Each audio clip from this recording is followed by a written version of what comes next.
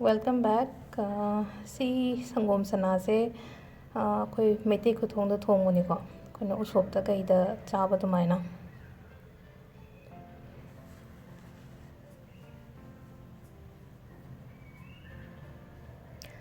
Se thau chamasam katang lo biro ko.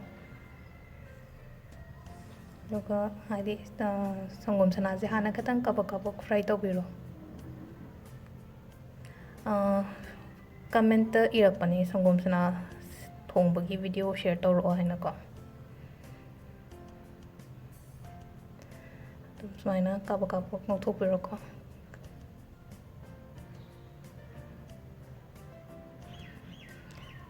Sida dum thau khabai macham hape.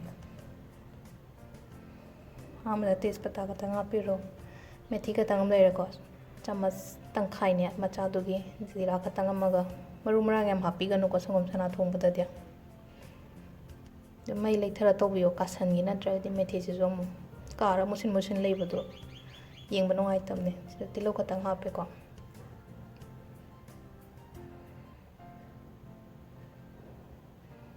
Adum comment adum ibiro adum haidi aina akhang boi taraga di adum thongaga share tawrake mayamda.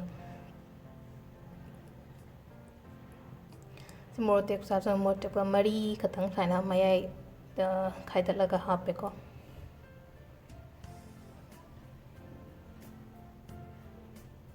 Hawai truck tengkot amadi nate tengkot tang khaidi kitang de yele. Se kabo ngobiro mo.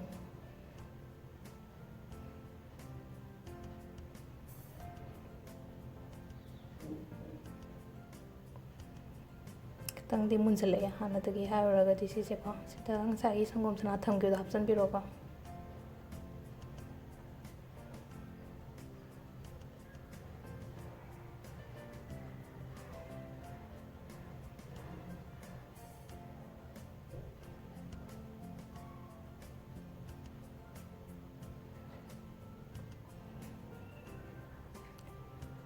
Sagi machu ga morok makup katang du maga hapase ko changne se mu ai description da mu irakke ko kyam hapano ai buzo.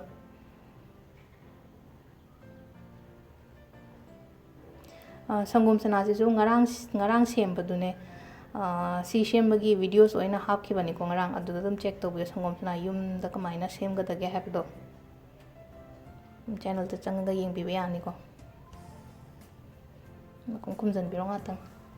Ngasai maru marang yeng ngai ka to loimba khaidi manung da changdabani ko sisina hape ngatang minute ani hum da ngaura thamaga loire ko sija da mahi apase mahi je Sangom noin hapo ising happy ganu ko Sangom maina sida cup ama lore 200 ml gi oini ko cup sa no sisa hape sawon biro.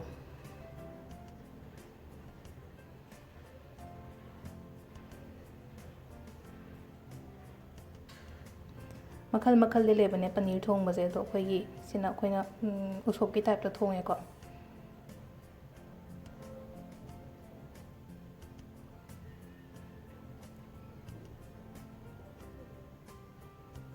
Thum katang hapiro thum gi de chang haini ngai letre do mayam na khangbiram mani ko chini katang am sap se hauna ba mena.